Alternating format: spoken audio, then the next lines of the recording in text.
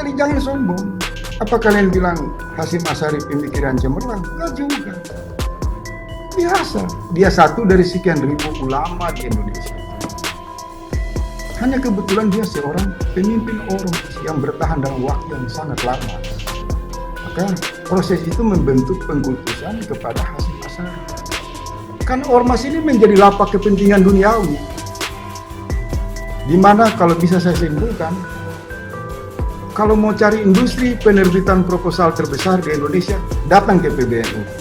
Pernah kita MOU dengan Menteri Sri Mulyani, katanya akan menggelontorkan kredit murah 1,5 triliun ila yaumiha ila hadzal yaum ila nahardah, kalau Mesir ila nahardah, sampai hari ini 1 peser pun belum terlaksana. Ini biar tahu Anda, biar tahu semua seperti apa pemerintah kita ini.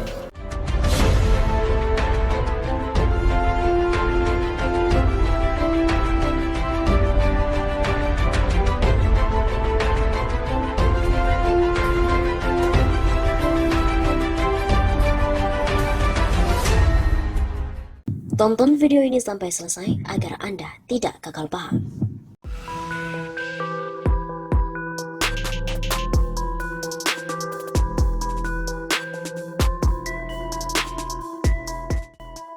Halo Sobat 651 Sapa, kembali lagi bersama dengan kami untuk mengulas fakta-fakta perpolitikan dan juga informasi terkini di tanah air. Berita kali ini datang dari NU. Faisal sindir lagi NU, gemar jualan ayat dengan proposal recehan, dan cuma dihargai 1,8 triliun rupiah. Pengamat politik sekaligus kritikus Faisal Assegaf kembali memberikan pernyataan tajam kepada salah satu organisasi masyarakat Islam terbesar di Indonesia, yaitu Nahdlatul Ulama alias NU. Kali ini Faisal Assegaf menyebut NU sebagai ormas abal-abal. Kata Faisal, NU kian terbukti sebagai ormas abal-abal usai pamer kebodohan kepada umat.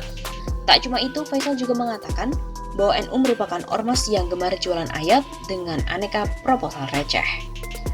Pamer kebodohan pada umat, kian terbukti sebagai ormas abal-abal. Gemar jualan ayat dengan aneka proposal recehan, goblok. Kata Faisal Assegaf melalui akun Twitter miliknya, dikutip melalui Hops ID pada Rabu 15 Desember. Lebih lanjut, Faisal Assegaf juga menyebut pimpinan NU kurang cerdas karena hanya mendapatkan uang yang dinilainya tidak seberapa. Klaim penjaga NKRI dan ormas terbesar cuma dihargai 1,8 T. Secuil dari nilai utang luar negeri hampir 10.000 T. Kalau yang memimpin NU cerdas dan amanah, tentu kebagian 10 T per tahun. Pungkas Faisal Assegaf. Cuitan Faisal itu sendiri dibuat untuk mengomentari pernyataan dari Ketua Umum PBNU, Said Akil Sirot, yang mengklaim berhasil memajukan NU dari segi ekonomi. Pertama, baru saja kali ini sejak NU berdiri, keuangan bisa diaudit eksternal. Selama ini belum pernah. Waktu saya baru masuk ada uang 500 juta rupiah. Sekarang ada 1,8 triliun rupiah, bisa dicek. Kata Said Akil. Saya dorong semua lembaga jalan tanpa intervensi saya. Saya beri motivasi bekerja sesuai program yang mereka tanggung jawab. Di segi pendidikan, Said Akil menerangkan NU punya 43 perguruan tinggi yang ada di bawah Badan Hukum NU, serta beasiswa dari NU yang terus berkembang setiap tahunnya. Selain itu, Said Akil membeberkan ada 8 rumah sakit di bawah pengelolaan NU selama masa jabatannya dan semakin banyak pula wakaf tanah yang diterima NU. Dia mengatakan masih banyak cita-cita lainnya yang ingin segera diwujudkan di dalam NU, termasuk membangun rumah sakit dan perguruan tinggi di tiap cabang NU, serta digitalisasi di lingkungan NU. Sebelumnya diberitakan, Ketua Umum Pengurus Besar Nahdlatul Ulama, Said Akil Sirot mengungkapkan pencapaiannya dalam memimpin NU selama 10 tahun terakhir. Ia mengaku sudah banyak memajukan NU dari segi ekonomi hingga pendidikan. Dari segi ekonomi misalnya, keuangan PBNU bertumbuh baik selama masa kepemimpinannya.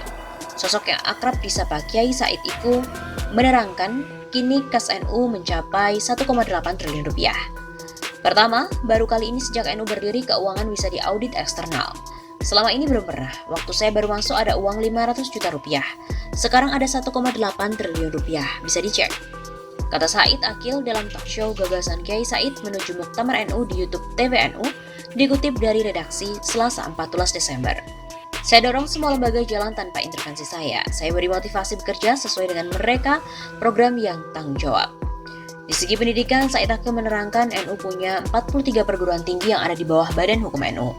Adapun beasiswa bagi santri NU juga semakin berkembang setiap tahunnya. Perguruan tinggi sampai saat ini 43 yang ada di bawah Badan Hukum NU. Sebelumnya belum ada.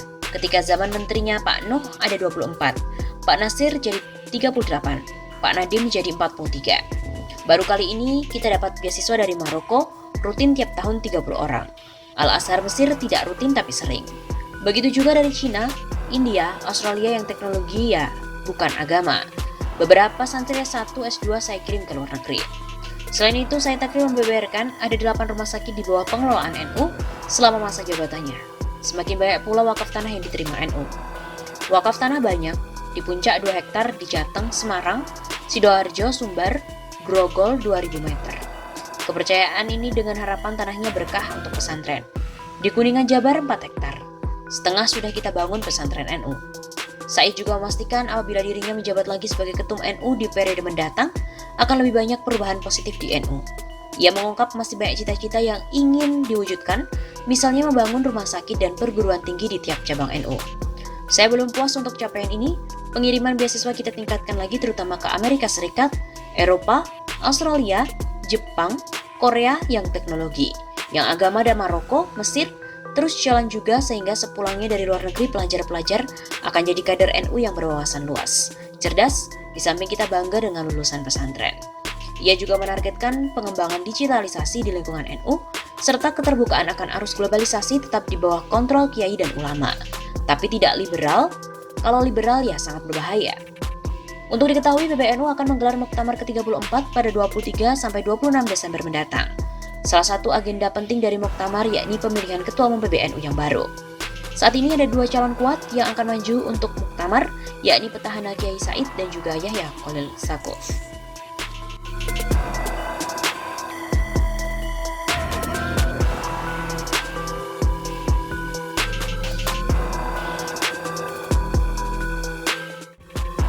Pernah kita MOU dengan Menteri Sri Mulyani, katanya akan menggelontorkan kredit murah 1,5 triliun ila yaumiha ila hadha yaum ila nahardah atau Mesir ila nahardah. Sampai hari ini 1 peser pun belum terlaksana. Ini biar tahu ada siapa pemerintah kita ini. Makanya jangan salahkan siapa-siapa. Kalau ketika pemilu, ketika pilpres, suara kita dimanfaatkan, tapi setelah selesai kita ditinggal.